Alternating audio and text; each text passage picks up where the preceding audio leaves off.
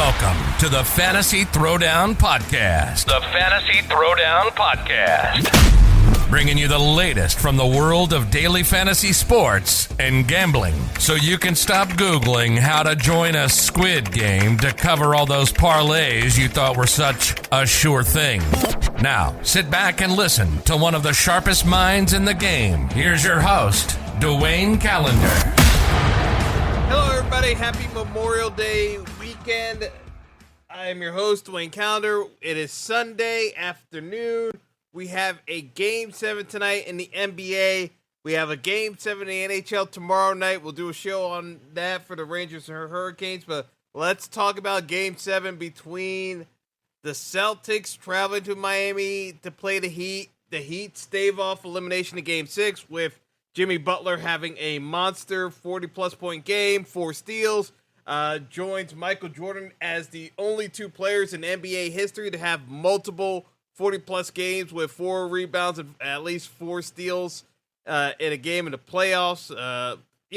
Again, when you get tagged with Jordan, you know you did something special. And, with the bum knee and all, Jimmy Butler found a way to get it done. I don't know how. Realistically, if you watch Jimmy Butler throughout this series, it pretty much was a wrap that nothing was going to happen with Jimmy Butler. So I got to give Butler credit, but, here we stand. It is Game 7, and, kind of looking through the numbers of how everything is panning out, I got to say this goes right back into I kind of have to see Jimmy Butler do it again to me. 47 points last game, 9 rebounds, 8 assists. I got to see if Jimmy can do it to me again. As crazy as it sounds, I've been projecting Jimmy high throughout the playoffs, but man, I got to be honest. The 3 games prior to Game 6, 13 points, 6 points, 8 points. When we started this series,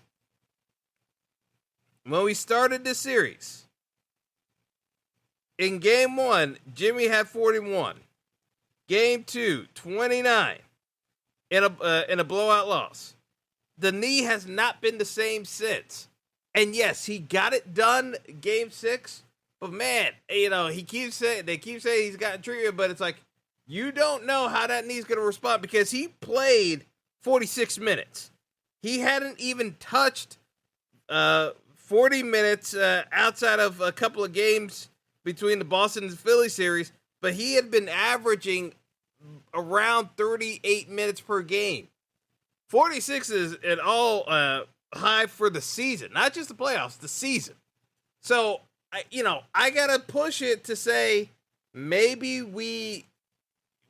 I'm not going to fade Jimmy. I'm not going to fade Jimmy completely, but I am going to underproject him.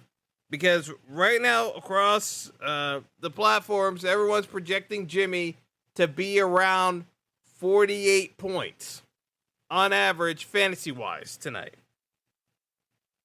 And that's total fantasy points. That's not actual scoring points. So you get the points and the rebounds and the assists, but 48. But, for 48 fantasy points, you're expecting Jimmy to be around 25 to 27 points.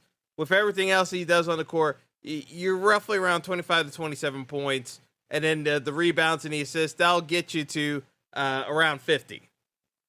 So, be that as it may, that's really where people have Jimmy pegged around, is getting in that upper 20-point range, and then you have the assists and rebounds. I don't know if that's necessarily a guarantee in a Game 7 scenario where Boston is going to throw everybody at him. They're going to throw Smart. They're going to throw Grant Williams. Tatum's going to take a turn. Jaylen Brown's going to take a turn. This is why I don't like Jaylen Brown again, because I think they're going to use Jaylen Brown and sacrifice Jaylen Brown's offense to make sure Jimmy doesn't go off. I think Jaylen Brown either fouls out of this game or he actually shuts down Jimmy Butler, but I don't see Jaylen Brown actually scoring nearly enough to be relevant in this game. I do not want to touch Jaylen Brown at all from a fantasy perspective. So, as it stands, you got Jimmy Butler at 10,800 on DraftKings. You got Jason Tatum at 11,000. Hero, Tyler Hero is the X factor here. Tyler Hero is coming back into this series, and they're saying he's available to play. Tyler Hero is 5,800. Both teams have been struggling to score on offense. There is no value on this slate whatsoever in Game 7. None. Everyone has been struggling to score. Tyler Hero is terribly priced, but in a game with no value, I'm going to fade him completely. But Tyler Hero could easily make me look like a jackass tonight and put up 15 points, and that's enough in this slate because, truth be told, outside of Tatum, Butler, maybe Al Horford, and there's a question maybe it's a Marcus Smart or it comes down to a Derek White. I don't see many people in this series coming close to 20-plus points tonight. I think everyone's going to be in the teens, and then you got Butler and Tatum in the 20s. That's about it. The only other guys is, like, I would say Horford has a chance to get there, and Marcus Smart. I don't like Jaylen Brown at all because Jaylen Brown needs to score, and I think they're going to sacrifice his offense just so he concentrates as much attention as possible to Jimmy Butler or fouls out trying. That is my take on this game because the way Miami wins this game is another monster game from Jimmy Butler. The way Boston wins this game is making sure you slow down Jimmy Butler as much as humanly possible and let Tatum do his thing on his own. Because Tatum can win this game on his own. They don't need the offense from Jaylen Brown. They need Tatum's offense, and they need him to focus on his offense. They can sacrifice Jaylen Brown's offense if he can do enough to slow down Jimmy Butler so he's only getting somewhere between 24 and 26 points. I think Jimmy Butler has to be coming over the 30-point threshold because if you look at the Game 6, Miami won the game 109-103, but that was a hairpin close game throughout, and Jimmy had 47 points. This is what I'm talking about. I don't see where Miami has enough offense with Bam Adebayo struggling as mightily as he has. And this was my incorrect take on this series. I thought Miami was going to win this series. I did not expect Bam Adebayo to get neutralized as heavily as he has been by Robert Williams. For whatever reason, Robert Williams and his length has just gotten ahead of Bam Adebayo to the extent that Bam is just fixated on just doing his floating fadeaway shot from the mid-range and not attacking the hoop on Rob Williams. He is not, like, every time he tries to put the ball on the floor, the Celtics are stripping it from him because he's telegraphing the move. He is not trying to post up on Robert Williams and try to get Williams in foul trouble. He just hasn't done it. He hasn't done it in all 6 games. I can't count on it to happen in Game 7. It's like, I've seen enough tape on both these teams as to how they're going to attack, and Bam's out of the pool. Jaylen Brown's out of my pool. Kyle Lowry played his best game of the series, played 40-plus minutes, got a bunch of three-pointers and free throws to get there. I'm faded Kyle Lowry as well. So it really comes down to, in a game with no value, I'm playing a bunch of Caleb Martin because he literally is one of the few players who can get off his own shot in this series, along with Victor Oladipo.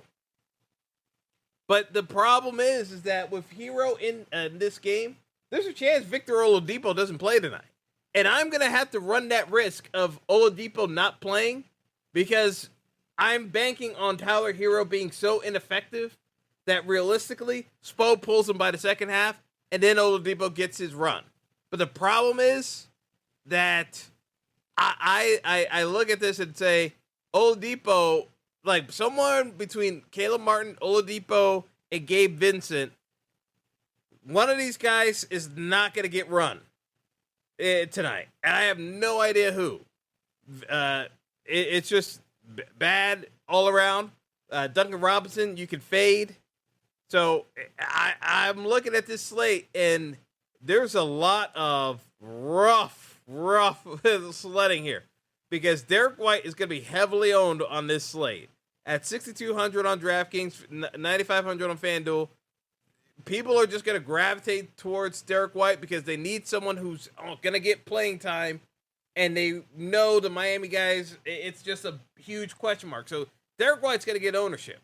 But the way I'm getting different is by staying away from Jaylen Brown and staying away from Bam. I can play Derek White because the people who are playing Derek White are trying to fit in the Jaylen Browns and Bam Adebayos of the world because they're trying to play the starters. So realistically, I'm banking on, with my lineups, having Tatum and Butler and Horford in the mix. You play Caleb Martin, and then you rotate, in terms of pieces, you'll see if you can get Oladipo, Vincent, or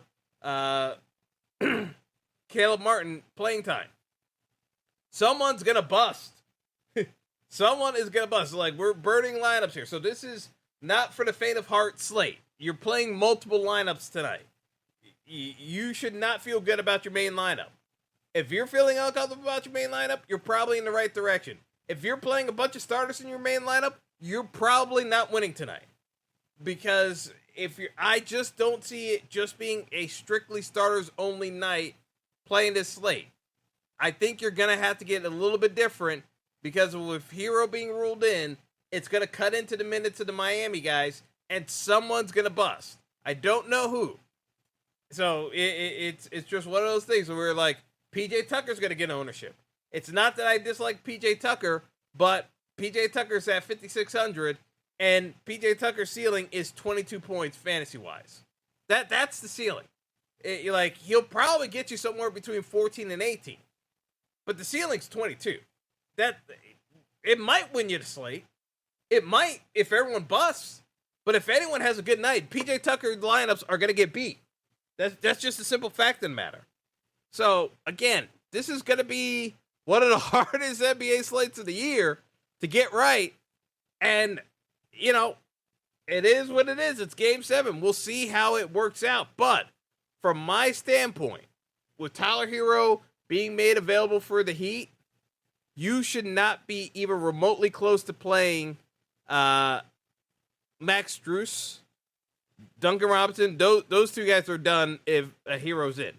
The question becomes, with Hero most likely not, because of his groin injury, not being able to drive to the hoop, I still think there's a role for someone between Gabe White, Victor Oladipo, or Caleb Martin for someone to drive to the hoop. I just don't know who's going to get the playing time. And, yeah, Kyle Lowry will still probably get run, but I'm going to bank on people playing Kyle Lowry, and Kyle Lowry going back to what he's done the rest of the series before Game 6 and sucking.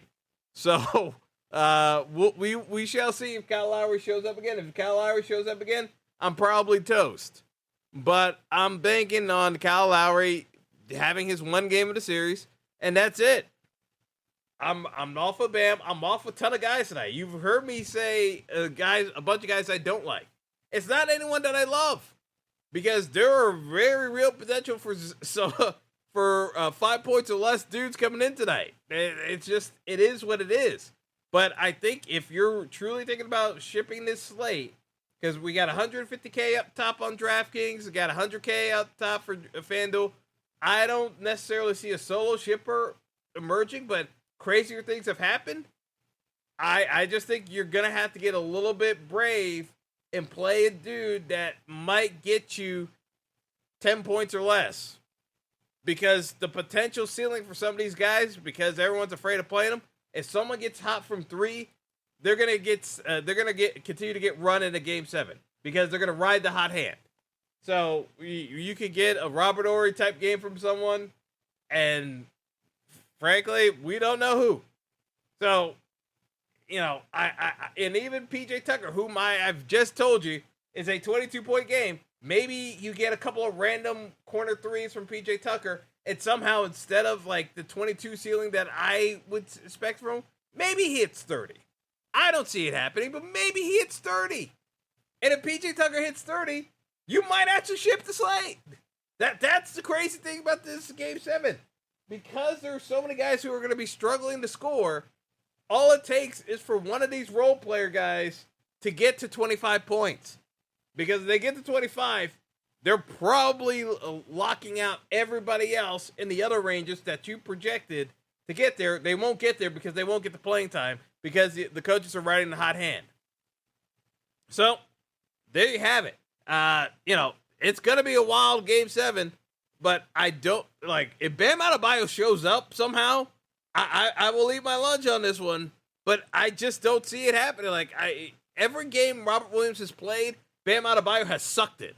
The Game 3 with Adebayo was with Robert Williams injured and not playing. That was the only game Bam played well in. It is what it is. It is what it is. So, good luck to everyone tonight. In terms of the actual bet, though, this is where it's interesting. Celtics are the road team favored by 3 points. Road team's favored. I've had the Heat all series long. Do I think the Heat have one more game in them? Basically, it comes down to, does Jason Tatum score 30-plus points? If Jason Tatum scores 30-plus, I think the Celtics win. I just don't see Jimmy coming close to that ceiling game in Game 6. That's the problem. They had to play as hard as they did with Jimmy, and they still barely beat the Celtics. I think that Adebayo not being remotely affected in this series just changed the whole dynamic. Changed my whole perception of this series because I thought Jimmy was going to get some help in this series. He hasn't. He really hasn't gotten the help that he should have gotten in this series, and I think it cost him Miami. So I will side with the Celtics and the 3 number. I think it's a fair enough spread, even though they're on the road, because the home court hasn't really met that much. And I could get this wrong. Even though I thought Miami was going to win this series, I think the Celtics probably take this one because, again, health-wise, Jimmy is not healthy. If Jimmy was healthy, I would take the Heat all day on this one. I really would. But the Heat are not healthy. Jimmy definitely ain't healthy. I'm going to take the healthier team. So I'll take the Celtics, the -3. And in terms of the captain lineups, I'm probably going to be leaning more towards Al Horford in the captain because it allows me to get Jimmy and Tatum, and then I can play around with Robert Williams and a couple other Celtics, or make my choice of Robert Williams, Derek White, and then play one of the Heat guys that I think should be playing over Hero, and I would expect to play some more run as Hero gets tired. So we shall see how this Game 7 pans out. We will do a show for the Rangers and Carolina Hurricanes tomorrow as well. So more to come on that. Memorial Day, we'll have some baseball. Well, we'll see about the baseball. I'll have to look at the baseball slate. We'll see how this NBA game goes, and I'll try to throw something together for baseball tomorrow as well. But but that's all for now, folks. Have a good one. Best of luck in any of your contests or gambling tonight. If you're going, don't go too crazy because Game 7, this could flip on a dime. Obviously, the winner goes on to the NBA Finals to play the Warriors. So we shall see. The Warriors are always going to be favored no matter who advances out of this round. But we're going to see. If it's Miami, I definitely we'll have some thoughts on that one. We'll have some thoughts on that series, and the same for Boston as well. So that's all for now, folks. Have a good one, and until next time, be good. Thanks for listening to the Fantasy Throwdown Podcast. Be sure to like and subscribe to the show on Apple Podcasts, Google Podcasts, and all other major outlets.